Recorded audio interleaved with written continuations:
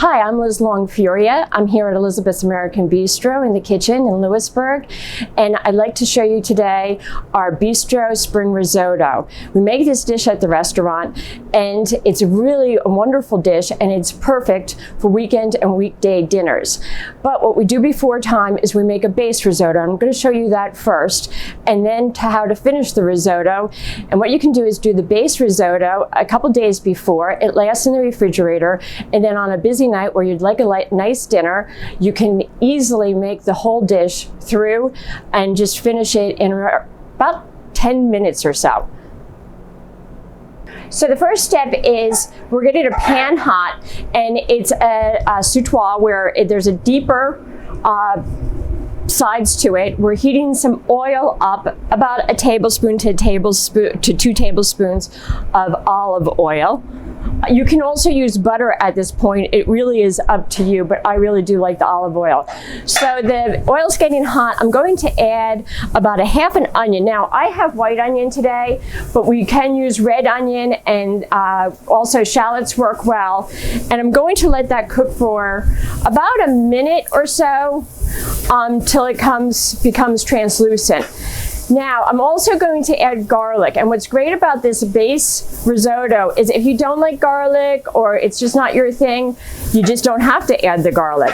The onions I sort of like, and they're wonderful, and they smell great already. So I'm just going to add the garlic in, and that's also going to become translucent and covered with olive oil. And I have at this time, I'm heating my stock, which is actually a vegetable stock, and we make that out of asparagus, the bottoms of the asparagus. And this time of year, it seems to turn this pink color, which is sort of interesting, but it really brings out the asparagus because we'll be using that later in the dish itself. But if you wanted to, you can use water, you can use court bouillon. If you know that your family or yourself loves chicken, you can use chicken stock. But again, this is a base risotto, so what's nice is to sort of make it on the plainer side so that you end up having something for that you can change later on, where you can add seafood to it, or you can make it a mushroom risotto later, whatever you wanted to do. But anyway, so the onions are now translucent. I'm adding a cup and a half of risotto to it.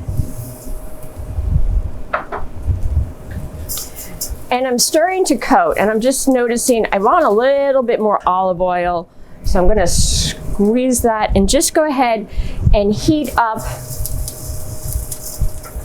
the rice and cover it.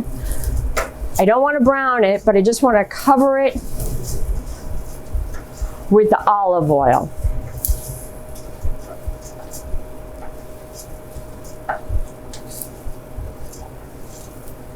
Now I'm going to add my cup of white wine.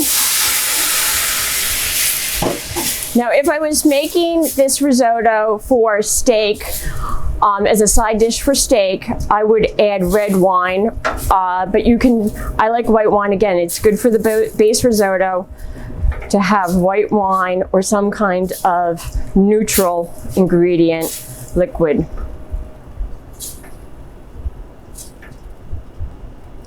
So you find after each addition of liquid, you're going to let it absorb into the risotto before adding the next portion of liquid.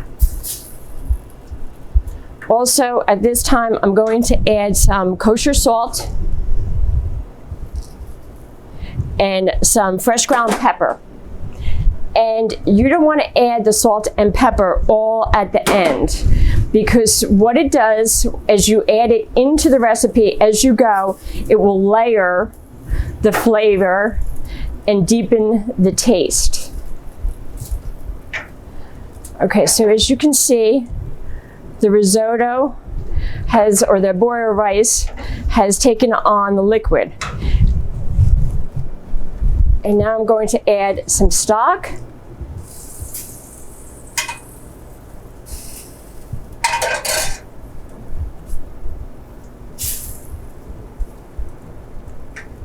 And usually the ratio for risotto is 3 cups of liquid to 1 cup of rice.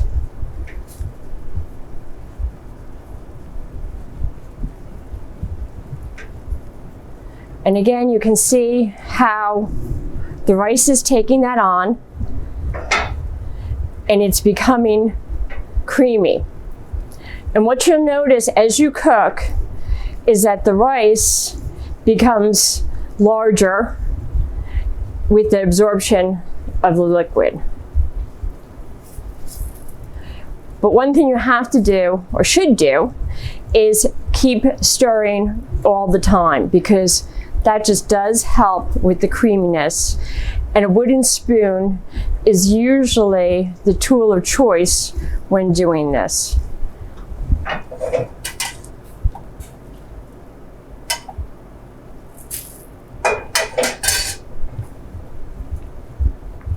Now this process takes about 10 to 15 minutes.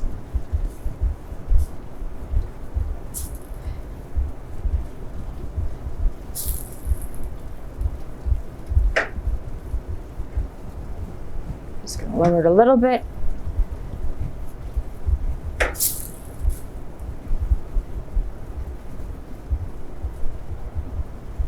And hopefully you can see the rice is expanding.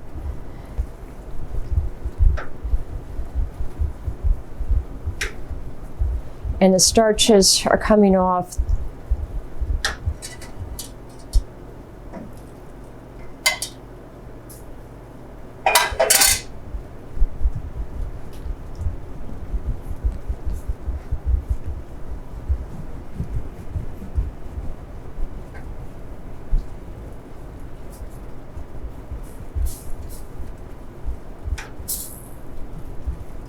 More salt and pepper.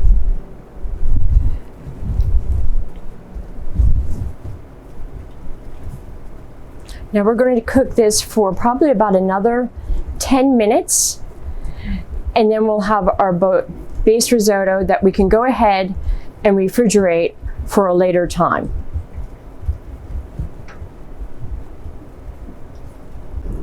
Okay, so now the rice has absorbed, and this is about 2/3 to 3/4 cooked. And you can see that most of the liquid has absorbed in. I like to leave it a little loose because it will continue to cook in the pan until you get it nice and chilled. So again, I just keep a little more liquid in it so it just doesn't, it's not that hard to stir later and use to at a cold consistency to prepare for the finished product. So again, you can see the rice, it's absorbed, and you can see the creaminess coming out of it into the liquid. So I'm going to go ahead and pour it into a pan that I can put into the refrigerator. This is stainless steel.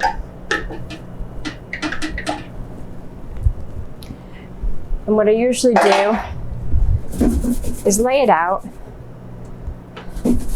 so that it chills. Now at this time, I'm going to refrigerate it, and then we'll come back and we're going to finish the product.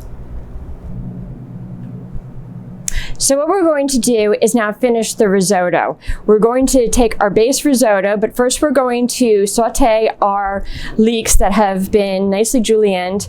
We're actually using fresh chopped asparagus right now. You can start the asparagus with the leeks and also the peas to make it a little quicker instead of blanching it in the beginning. And then you add the risotto, finish with butter and your cheese, and then the final thing is fresh herbs, fresh spring herbs. So, or you can take your peas and your asparagus if it's blanched and you can add it at the end. It really depends on what's your preference. Okay, so now what we're going to do is prepare the finished risotto. And this is, again, perfect for when you're busy and you just want to come home and put this together in a matter of 10 minutes. You're going to take a pan, add some olive oil, let your oil get hot. Now I've heated the pan so you can see that the oil is getting hot. And I'm going to go ahead and add the leeks right away. The asparagus, again, this is uncooked. This is fresh local asparagus. Saute down that with a little bit of salt and pepper. I'm adding my peas. And this, as if you notice on the recipe, is not the full amount of vegetables that's in the recipe. This is more basically just working for 2 portions. So it's about a third of the ingredients or the vegetables on the recipe. Once they saute down and you can see that they're getting a little on the cooked side, you can go ahead and add your wine. And that's going to nicely steam them. And at this time, I'm going to go ahead and add the prepared base risotto. I do have hot stock also.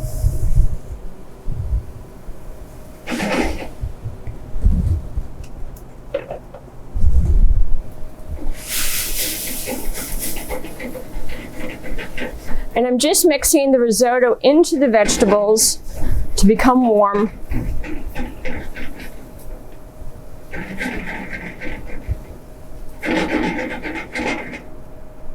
And once I've gotten the risotto warm, I'm going to go ahead and start to add hot stock. Now this process really takes just about another 5 minutes. And what you're doing is you're just reheating the risotto, you're finishing the risotto off, and you're just taking it to taste how you want it. Again, at this point, you could add other vegetables, mushrooms, cooked mushrooms, whatever in season. In the summer, zucchini's nice with fresh basil. In the fall, butternut squash, along with, we finish it sometimes with nuts and parm and different things. So it's very versatile, and it also works with what is in your pantry or what your preference is. Okay, I'm going to add a little more salt and pepper. And at this time, you want to taste it and make sure it's fine and it's what you'd like. Seasoned wise, we are going to finish with olive oil today. You can finish with butter if you'd like. I prefer olive oil, but you can finish with butter, and we're going to finish with parm. Now we've made this where we've also finished it with goat's cheese, other cheeses. If you like cheddar, you can finish it with cheddar, but the traditional way is to finish it with Parmesan, and then we're going to top it with a little pecorino and fresh chervil and some chives from the garden. Okay, and you'll see your risotto is again becoming enlarged.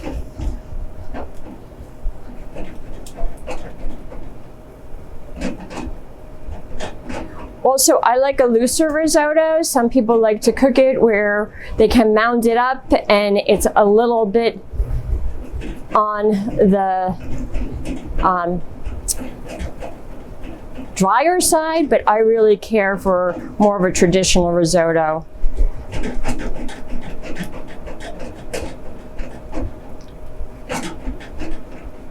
Okay, so now at this point, I'm adding olive oil.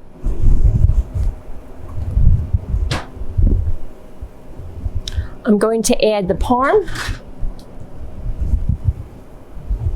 And you don't need a lot of parm or Parmesan, but you can see that it's coming together.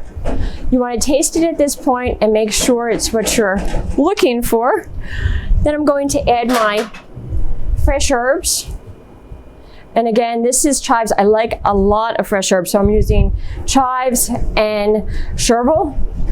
That's really nice this time of year. And now I'm going to move over and put it into my dishes.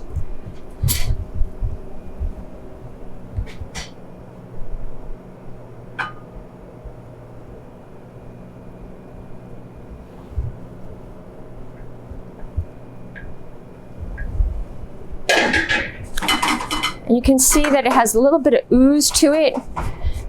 And at this time, I'm also going to just garnish it with a little fresh pecorino and some chervil.